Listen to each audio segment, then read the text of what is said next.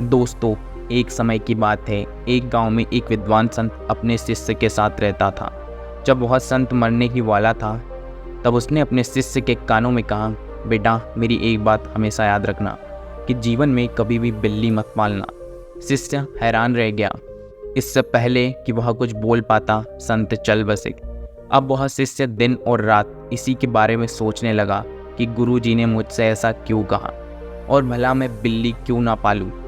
पर शिष्य जानता था कि उसके गुरु विद्वान थे और उनके द्वारा कहे गए शब्दों के गहरे मतलब होते हैं। एक दिन उसे अपने गुरु के मित्र का स्मरण हुआ। शिष्य उनसे मिलने के लिए गया और उन्हें अपने गुरु की बिल्ली ना पालने वाली अंतिम उपदेश वाली बात सुनाई और उसका अर्थ पूछा। संत मुस्कुराए और कहा, आपके गुरु ने कुछ शब्दों में ही जीवन का पूरा सार कह दिया है। मेरे गुरु ने भी मरते हुए मुझे यही उपदेश दिया था। मैं मूर्ख इसका अर्थ समझ नहीं पाया और अपना जीवन बर्बाद कर लिया। आज मैं इसका अर्थ तुम्हें समझाता हूँ, तुम इसे बड़े ध्यान से सुनना। जब मेरे गुरु ने मुझे बिल्ली न पालने का अंतिम उपदेश दिया था, तब मैंने उसे व्यर्थ की बात समझ लिया और कभी उसका अर्थ जानने की कोशिश नहीं की। फिर जब मैंने संसार का त्याग कर अपना संन्यास जीवन प्रारंभ करने के लिए वन में निवास करने लगा, तभी इसकी शुरुआत हुई। वन में मेरे निवास स्थान के पास एक गांव था, जहां मैं भिक्षा मांगने जाता था। जब मैं भिक्षा मांगने के लिए जाता था, तब चूहे मेरे कपड़ों को कुतर देते थे।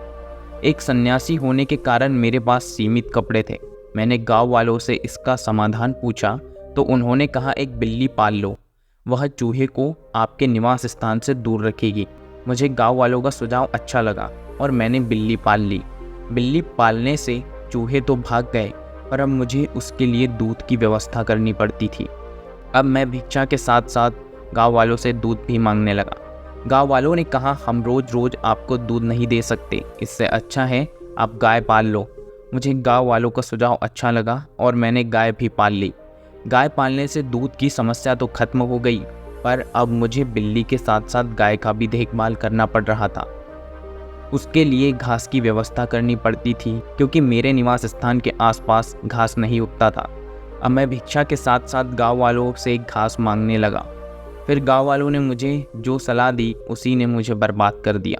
गांव वालों ने कहा, हमारे गांव में एक विधवा महिला है, वह संतों का बड़ा सम्मान करती है, आप उनसे सहायता मांगिए, वह आपके निवास स्थान के आसपास घास भी उगा देगी, बदले में आप उसे 2 रोटी खाने को दे देना।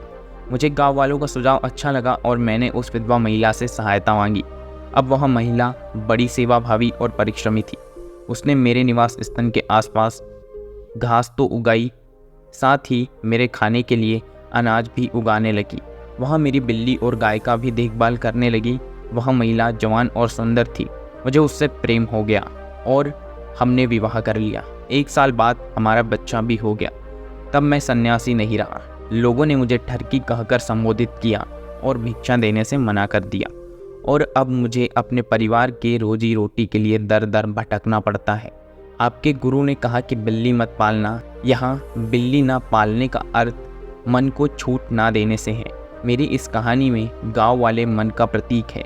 जिस प्रकार मन हमें तरह तरह का प्रलोभन देता है, उसी प्रकार गांव वालों ने भी मुझे कभी बिल्ली, कभी गाय तो कभी स्त्री रखने का प्रलोभन दिया।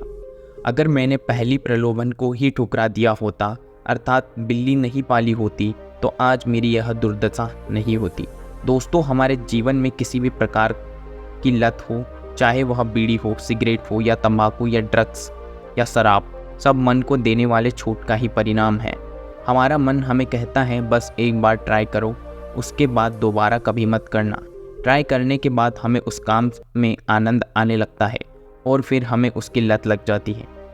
दोस्तों, इसीलिए मन के पहले प्रलोभन को ही सख्ती के साथ ठुकरा दो। दूसरे शब्दों में कहूँ तो बिल्ली मत पालो।